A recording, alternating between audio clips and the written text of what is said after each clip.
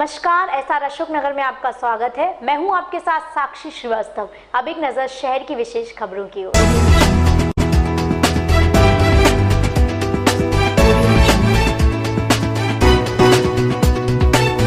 गुरुवार को कांग्रेसियों ने तुलसी पार्क पर जलाया मुख्यमंत्री शिवराज सिंह चौहान का पुतला। सरदार सरोवर बांध मुद्दे पर विधायकों के साथ हुए व्यवहार के विरोध में किया प्रदर्शन। गुरुवार को जिला कांग्रेस कमेटी अशोकनगर द्वारा भोपाल में सरदार सरोवर बांध मुद्दे पर कांग्रेस विधायक की गिरफ्तारी के विरोध में स्थानीय तुलसी पार्क चौराहे पर मुख्यमंत्री शिवराज सिंह चौहान का पुतला दहन किया गया। कांग्रेस नेताओं ने बताया कि मध्य प्रदेश विधानसभा में सरदार सरोवर बांध के विस्थापन प्रभावित लोगों के बारे में हमारे विधायक दल ने चर्चा करने की मांग की, लेकिन सदन में चर्चा नहीं हुई। इसके बाद वे सीएम हाउस की ओर पैदल ही चल दिए, लेकिन उन्हें बीच में से ही गिरफ्तार कर जेल भेज दिया गया। प्रदेश में सरकार हर मोर्चे पर पूरी तरह विफल है और असंवैधानिक के तरीकों से विपक्ष और आमजन की आवाज को दबाती है।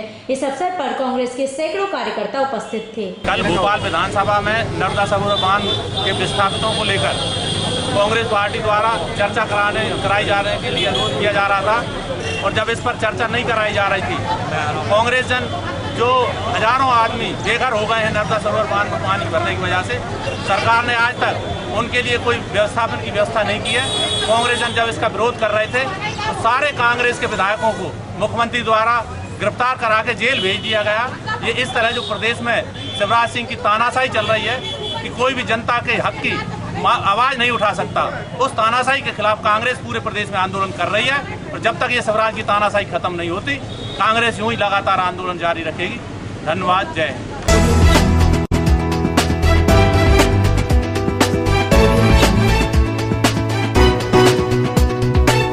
पछाड़ीखेड़ा रोड पर सेंट्रल बैंक के एटीएम में चोरी का किया गया प्रयास, मशीन के साथ की गई तोड़फोड़, नगद नहीं ले जा पाए चोर। गुरुवार एवं शुक्रवार की दरमियानी रात को पछाड़ीखेड़ा रोड पर सेंट्रल बैंक के एटीएम को अज्ञात चोरों ने अपना निशाना बनाया।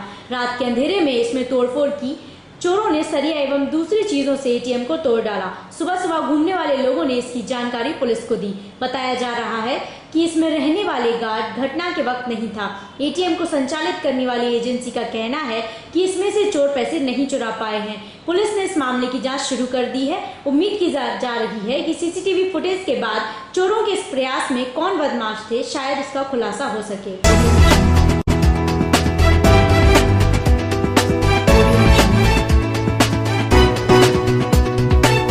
अंडरब्रिज संघर्ष समिति ने रेलवे के डीआरएम के नाम सौंपा ज्ञापन, साथ ही अंडरब्रिज बनवाने की करी मांग। अंडरब्रिज संघर्ष समिति ने गुरुवार को भोपाल मंडल के नवनियुक्त डीआरएम श्री सोवन चौधरी जी का भोपाल जाते हुए अशोकनगर स्टेशन पर स्वागत किया और नगर की सबसे विकराल समस्या बन चुके बंद रेलवे फाटक के निराकरण की मांग की।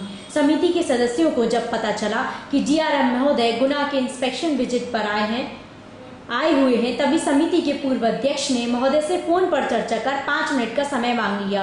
हालांकि अशोकनगर स्टेशन पर उनका विजिट नहीं था, लेकिन समस्या से परिचित होने पर उन्होंने बोगी के बाहर ही 5 मिनट का समय देना स्वीकार किया। स्टेशन पर आते ही डीआरएम महोदय स्वयं बोगी से उतर कर आए और पत्रकारों और समिति के सदस्यों के साथ संक्षिप्त वार्ता की। समिति के राजकुमार रघुवंशी और रोशन कौली जी ने समस्या को विस्तार से बताया और मात्र अंडरब्रिज ही हल के रूप में पेश किया। रितेश जैन ने बताया कि विकल्प के रूप में जो एफओवी दिया है वह पर्याप्त नहीं है और सिर्फ 30% ट्रैफिक ही झेलने में समर्थ है। महिलाएं, मरीज, पैदल और साइकिल वाले बच्चे, बुजुर्ग बहुत परेशान होते हैं और नियमों को ताक पर रखकर पटरी पार करते हैं। डीआरएम महोदय ने अगले 15 दिनों के भीतर करीब आधे घंटे की विजिट का आश्वासन दिया। समिति ने उनका फूल माला से स्वागत किया और अपनी बात तसल्ली से सुनने पर संतुष्टि जाहिर की। ज्ञात हो कि पूर्व डीआरएम ने समस्या को हर बार अनसुना किया था। ज्ञापन सौंपने वालों में समिति के शिरीष खैर, विकास जुनेजा, सुधीर शर्मा, अवधेश खैरा आदि उपस्थित रहे।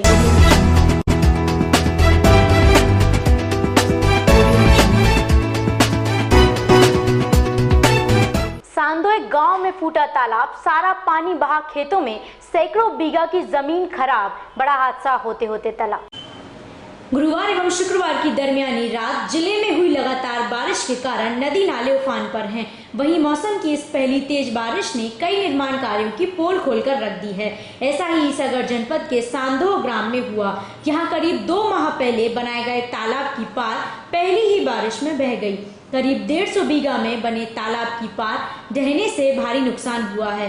करीब दर्जन भर से ज्यादा लोगों की सैकड़ों बीघा जमीन में तालाब का यह पानी भर गया, जिससे इन खेतों की फसल पूरी तरह नष्ट हो गई है। साथ ही तालाब की पार टूटने से यहाँ बने कुएं पूरी तरह मिट्टी से भर गए हैं। उल्लेखनीय है कि हाल ही गर्मी में ग्राम पंचायत ने इस तालाब का निर्माण किया था, जिसमें तालाब से मिट्टी खोदकर ही पार पर डाल दी गई थी। ग्रामीणों ने बताया कि पूर्व में सूखा राहत के तहत गांव में यह तालाब बनाया गया था और इसी तालाब पर इस वर्ष काम करके राशि निकाली गई है। ग्रामीणों ने बताया कि अगर तालाब की पार बीच से टूटती तो गांव में पानी भर जाता, जिससे जान माल का नुकसान हो सकता था। गनीमत रही कि पार साइड से टूटी, जिस कारण पानी सीधा खेतों में बह गया। इस वजह से कोई जान माल का नुकसान नहीं हो पाया। हालांकि गांव वालों ने इस घटिया निर्माण की शिकायत करते हुए खराब हो चुकी फसल के मुआवजे की मांग की है। तालाब निर्माण करने वाली ग्राम पंचायत के सरपंच प्रतिनिधि का कहना है कि पार नहीं टूटी बल्कि बेस्ट वियर से पानी निकला है। 2 ट्राली तो सेंटर चली गई जी, और जो जाली आपके सामने है पूरी जाली पड़ गई और जो गेट टूट गया पड़ गया। कैसे हुआ पापा ये? तालाब के पानी से मना करिए, तालाब पानी जब दे तो पानी नहीं रुके, लेकिन उसने मान ही नहीं। तो कितनी जगह से टूटा है तालाब के पार? तालाब जहाँ से और वो ऊपर से यहाँ लगभग कितने फीट हो या मीटर का अंतर होगा यहाँ पे पार? 100 फुट की पार टूट गई है। तो हमारा और यहाँ फसलों का कितना नुकसान हुआ है? फसल को जो है वो नुकसान कितना हुआ? फसल को बीघा की गई है फसल, तो बाकी जो नुकसान कितने लोगों की फसल का नुकसान हुआ? अब और तो साहब ये ज़्यादा फसलन वाले इसमें क्या बीच में से कहीं से पानी निकलने की कोई व्यवस्था नहीं थी? यदि बीच में से फूटता तो क्या होता? गाँव चलो जा तो आ दो धूम में। बताएं बीती रात को क्या घटना हुई है यहाँ पे? तो भारी बारिश के कारण यहाँ पे ग्राम पंचायत सांदोई द्वारा तालाब का निर्माण कराया गया था, जो ज़्यादा वर्षा होने के कारण और इसमें बेस्ट वियर नहीं बनाए जाने के कारण फूट गया, जिससे 2 जगह फूटा है। दोनों जगह, एक जगह 3-4 बीघा सोयाबीन नष्ट हो गया, दूसरी तरफ बागड़ और ये गेट वेट सब काफ़ी नुकसान हो गया और आगे 3-4 खेतों में पानी भरा रहने के कारण सोयाबीन और उड़द की फसल नष्ट हो गई। और जब ये निर्माण कार्य चल रहा था तो ग्रामवासियों ने बोला था कि बेस्ट वियर का निर्माण करो, बाद में तालाब का निर्माण करना। तो सरपंच और इंजीनियर वगैरह ने ध्यान नहीं दिया और अपनी मनमर्जी के तहत निर्माण कार्य किया, जिसके परिणाम स्वरूप ये आज देखने को, अगर बीच में से फूटता तो कम से कम 200-300 घर भर नष्ट हो जाते और 100-200 लोग मरते। अच्छा, इसमें तालाब में कितना पानी भरा हुआ था? इसमें तालाब में तो काफ़ी ज़्यादा पानी, 20-25 फीट पानी भरा होगा। अब कितना बचा है? अब तो कुछ भी नहीं बचा, 5 फीट पानी अभी शाम तक पूरा निकल जाएगा। अगर बाई चांस ये और पानी भरने के बाद और बीच से फूटता तो लगभग कितने लोगों की मतलब क्या करीब 100 घर गिरते और 10-20 लोग मरते। अच्छा, दूसरी चीज़ ये बताइए कि ये अगर बाई चांस तालाब बीच में से फूटता तो क्या नुकसान हो जाता? आधा गाँव हो जाता साहब। आपने जब ये तालाब का निर्माण हो रहा था तो उस समय आपने ऑब्जेक्शन नहीं उठाया क्या? उठाया था साहब, नहीं माना सरपंच। क्या बोले? कहीं कितना और फूटेगा उसी तो फिर सुबह आपने सरपंच को नहीं दिखाया तालाब का ये फूट गया है? ये जब रात में ही फूट गया साहब, सरपंच विरोधी है ना, वो आ सकता है? नहीं आएगा वो। अच्छा अच्छा। हाँ, वो तो अच्छा जी, दोनों साइडों से फूट गया? हाँ, दोनों साइड। तो पूरा तालाब भर गया था क्या? पूरा भर गया। और ये बीच में से फूटता तो क्या होगा? आधा गाँव जाता साहब, आधा गाँव चला जाता। आपका कितना क्या नुकसान हुआ है? हमारा हुआ 3 बीघा का सोयाबीन पूरा साफ हो गया। अच्छा, ये ग्राम पंचायत की तरफ से ही बनवाया गया था? अच्छा, तो क्या कमी रही इसमें, आपको क्या लगता है कि क्या कमी रही? बड़ा वो है तो मूरी बगैर नहीं रुक रहा है, जब बंद है इसमें, जब ही रुकेगा कभी बंद है। पानी थोड़े बहुत निकलने की कोई गुंजाइश नहीं। कि जैसे पूरा तालाब भर गया तो? नहीं थी सर। अच्छा, तालाब के बनाने के बाद जो बेस्ट वियर के लिए पानी निकासी के लिए जगह छोड़ी जाती है, वो जगह उसमें छोड़ी गई थी। पूर्व से वैसे नाला निकलता था, कोई नई जगह उसमें पार नहीं हटाई गई है। और चूँकि बरसात नज़दीक थी इसलिए वो बेस्ट वियर का निर्माण नहीं हो पाया। अगर बेस्ट वियर का निर्माण नहीं करते तो वो बह जाती। बरसात बाद बेस्ट वियर का निर्माण कर दिया जाएगा तो ऑलरेडी तालाब निर्माण कार्य पूरा हो जाएगा। अभी तालाब का निर्माण कार्य पूरा नहीं हुआ है। अच्छा, अभी जो मिट्टी डाली गई थी वो सिर्फ इसलिए कि पानी को रोका जाए बरसात तक? बरसात में कहीं सुबह थी, अगर थोड़ा बहुत ज़्यादा रोका रहेगा तो काम में आ जाएगा। बस वो कोई बात नहीं थी, पार थोड़ी थी, वो तो बेस्ट वियर के लिए जगह छोड़ी है पहले से। अच्छा, वो पार नहीं है।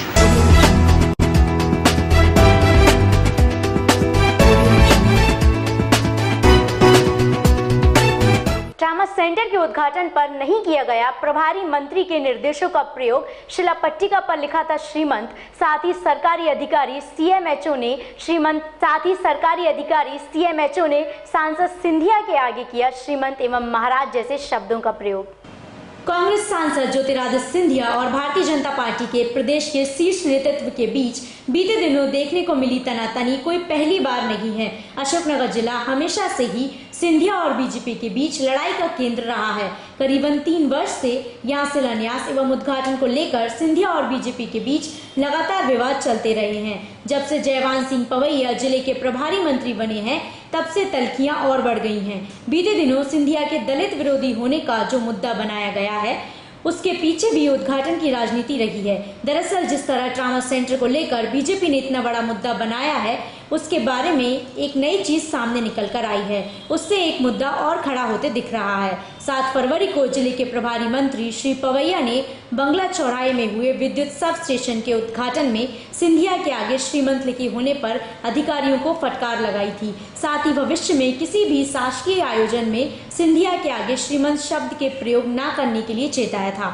मगर अधिकारियों को प्रभारी मंत्री के इन निर्देशों का कोई असर नहीं हुआ और जिस मुद्दे को लेकर पूरे देश में बवाल हुआ है उस ट्रामा सेंटर के उद्घाटन में भी प्रभारी मंत्री के आदेशों का खुलेआम उल्लंघन किया गया। 22 तारीख को अशोकनगर जिले की जिला चिकित्सालय में हुए ट्रामा सेंटर के उद्घाटन को लेकर कांग्रेसियों का कहना है कि यह अधिकृत कार्यक्रम था जिसमें विभाग के अधिकारी भी शामिल थे और अगर यह आयोजन शासकीय है तो क्या इस आयोजन में प्रभारी मंत्री श्री पवैया के निर्देश अधिकारियों के लिए मायने नहीं रखते। उल्लेखनीय है कि प्रभारी मंत्री जयवान सिंह पवैया ने किसी भी शासकीय आयोजन में सिंधिया के नाम के आगे श्रीमंत नहीं लिखने के निर्देश दिए थे।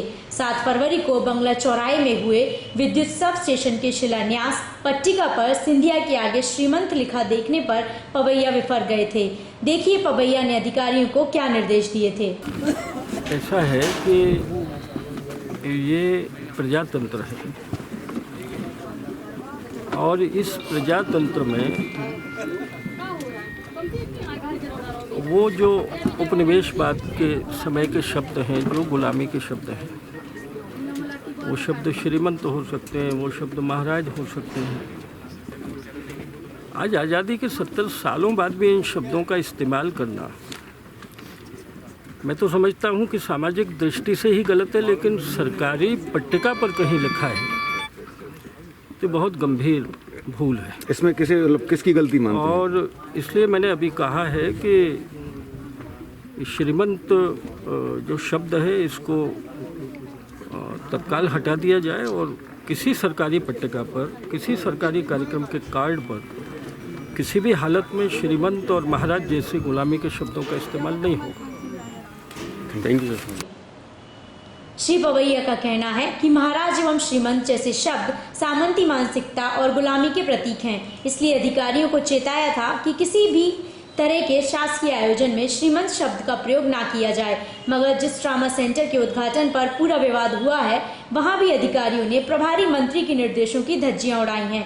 जो शिला पट्टिका सिंधिया के द्वारा लगाई गई है उसमें भी श्रीमंत शब्द लिखा हुआ है। साथ ही स्वास्थ्य विभाग के सीएमएचओ ओपी सरल ने अपने भाषण में सिंधिया को महाराज और श्रीमंत जैसे शब्दों से संबोधित किया है।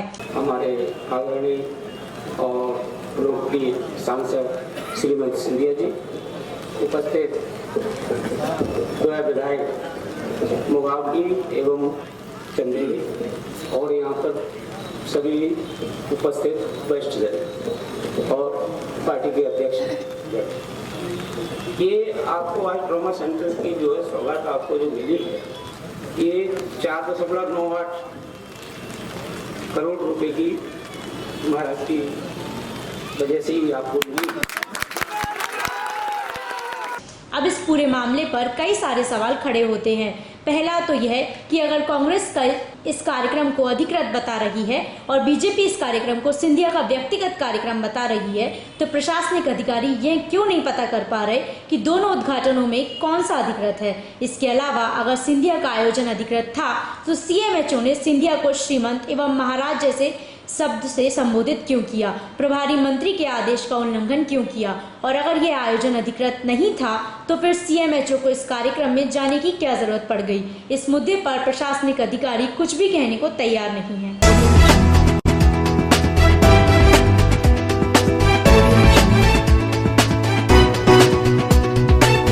विधिक सेवा प्राधिकरण द्वारा शंकर कॉलोनी में लगाया गया विधिक साक्षरता शिविर, कानून से संबंधित जानकारियों से आमजन को किया जागरूक। मध्य प्रदेश राज्य विधिक सेवा प्राधिकरण जबलपुर के निर्देशानुसार जिला एवं सत्र न्यायाधीश अध्यक्ष श्री वीरेंद्र सिंह पाटीदार के मार्गदर्शन में गत दिवस शंकर कॉलोनी में प्रेम सागर स्कूल में विधिक साक्षरता जागरूकता कार्यक्रम का आयोजन किया गया, जिसमें न्यायाधीश श्री रवि प्रकाश जैन जेएमएफसी अशोकनगर द्वारा विधि से संबंधित आवश्यक बच्चों के साथ लैंगिक अपराध, भरण पोषण अधिनियम, घरेलू हिंसा अधिनियम की जानकारी दी तथा अपराध पीड़ित प्रतिकर योजना 2015 के संबंध में विस्तृत जानकारी देते हुए कहा कि एसिड अटैक से 40% से अधिक पीड़ित व्यक्तियों को अधिकतम 3 लाख रुपए का प्रतिकर प्रदान किया जा सकता है।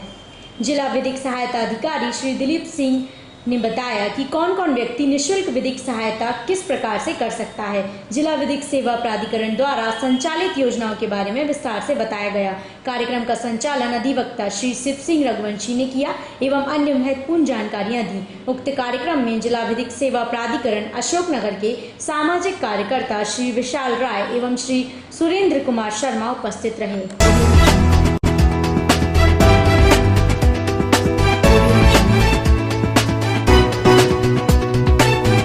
जन अभियान परिषद ने विस्तारकों की बैठक का किया आयोजन। जिला समन्वयक श्री प्रताप सिंह भदौलिया ने ली बैठक। स्थानीय जनपद पंचायत ईसागढ़ में शुक्रवार को जन अभियान परिषद के विस्तारकों की ट्रेनिंग आयोजित की गई, जिसमें जिला समन्वयक अधिकारी श्री प्रताप सिंह भदौरिया, ब्लॉक समन्वयक वंदना सागर, जनपद CEO, panchayat inspector Radheshyam Tripathi, APO Shivram Jatav उपस्थित रहे। कार्यक्रम के प्रारंभ में ब्लॉक समन्वयक वंदना सागर ने विस्तारकों को जन अभियान के बारे में विस्तार से जानकारी दी। एपीओ शिवराम जाटव ने विधवा पेंशन सहित समस्त विभाग द्वारा चलाई जा रही विभिन्न योजनाओं की जानकारी दी। जनपद सीईओ और पंचायत इंस्पेक्टर ने भी विभिन्न जानकारियां दी और आगे विस्तारकों को सर्वे में सहयोग की बात कही। जिला समन्वयक श्री प्रताप भदौरिया द्वारा मोबाइल पर पंडित दीनदयाल उपाध्याय श्रम सेवा ऐप द्वारा ऑनलाइन सर्वे को विस्तार पूर्वक समझाया और विस्तारकों की मौके पर ही समस्या का समाधान किया और ऑनलाइन और ऑफलाइन दोनों प्रकार के सर्वे का प्रशिक्षण दिया। कार्यक्रम का संचालन मेंटर मनोज शर्मा ने किया। कार्यक्रम का समापन जनपद मैदान में सभी विस्तारकों, मेंटर्स, ब्लॉक समन्वयक आदि ने पौधारोपण करके किया। प्रशिक्षण में पदाधिकारियों के अलावा मेंटर ऋषि ओझा, मनोज शर्मा, सुनील राजपूत, पवन कैविट और रवि कैविट और ब्लॉक के सभी पंचायतों के विस्तारक उपस्थित रहे।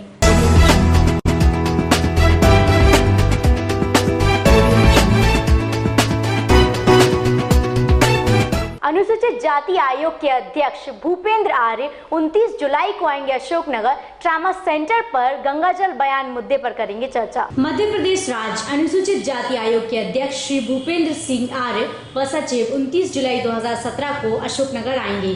जारी कार्यक्रम के अनुसार श्री भूपेंद्र सिंह 29 जुलाई को प्रातः 8:30 बजे भोपाल से प्रस्थान कर दोपहर 12 बजे अशोकनगर आएंगे। दोपहर 12:30 बजे अशोकनगर में समाचार पत्रों में प्रकाशित नवनिर्मित ट्रामा सेंटर के लोकार्पण के संबंध में वस्तुस्थिति की जांच करेंगे। साथ ही सर्किट हाउस में जनप्रतिनिधियों एवं नागरिकों से चर्चा करेंगे। तत्पश्चात शाम 4 बजे भोपाल के लिए प्रस्थान करेंगे।